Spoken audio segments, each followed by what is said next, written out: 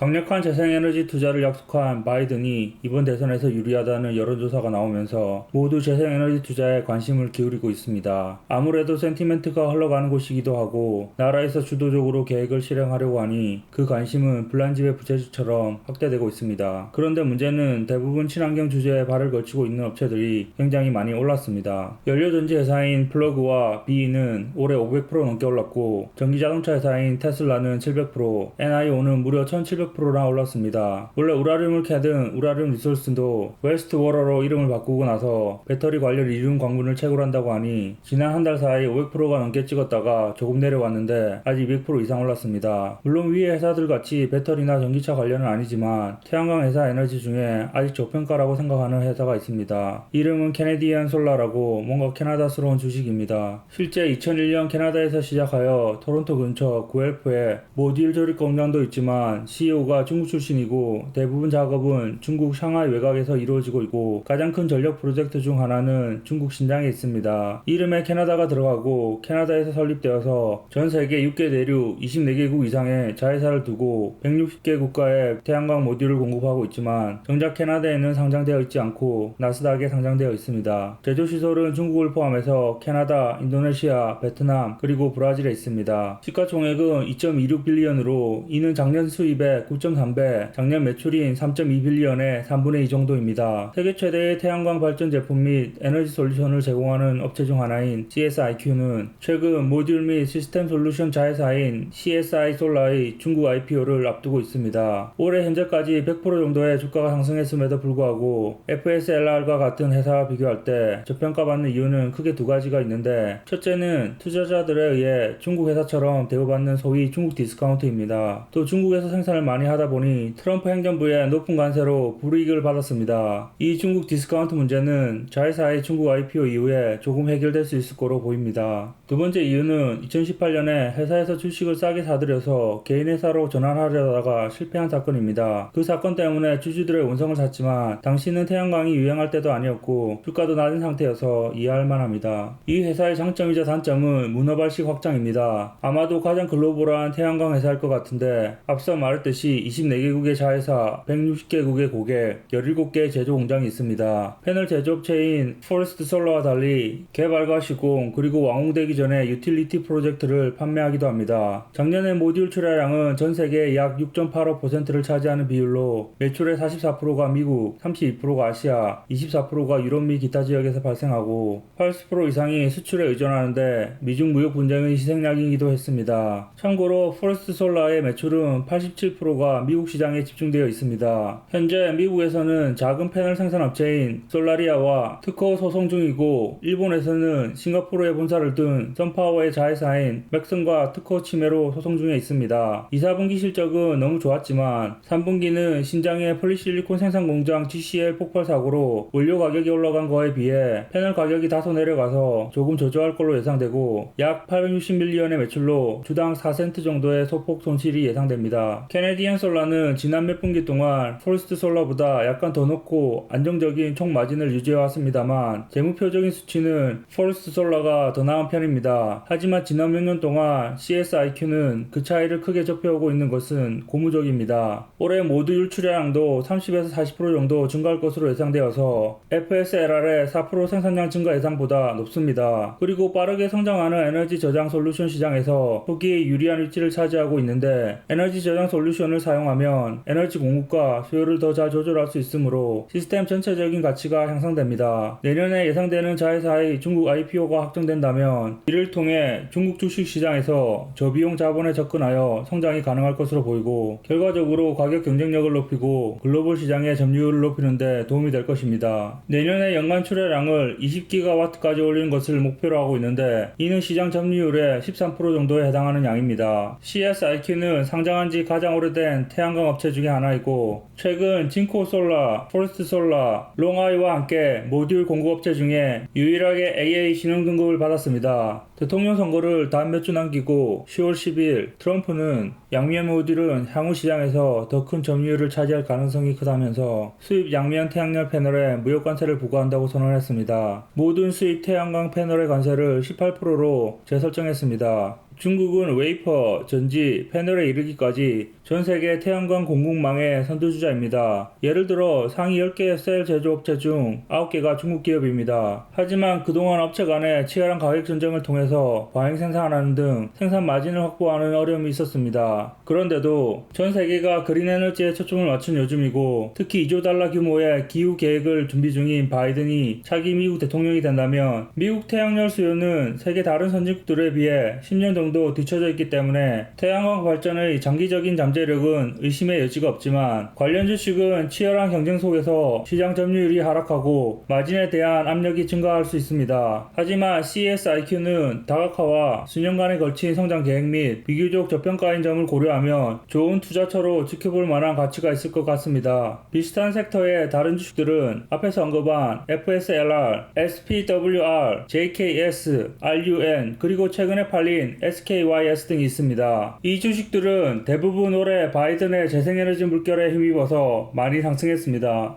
오케이, 거기까지.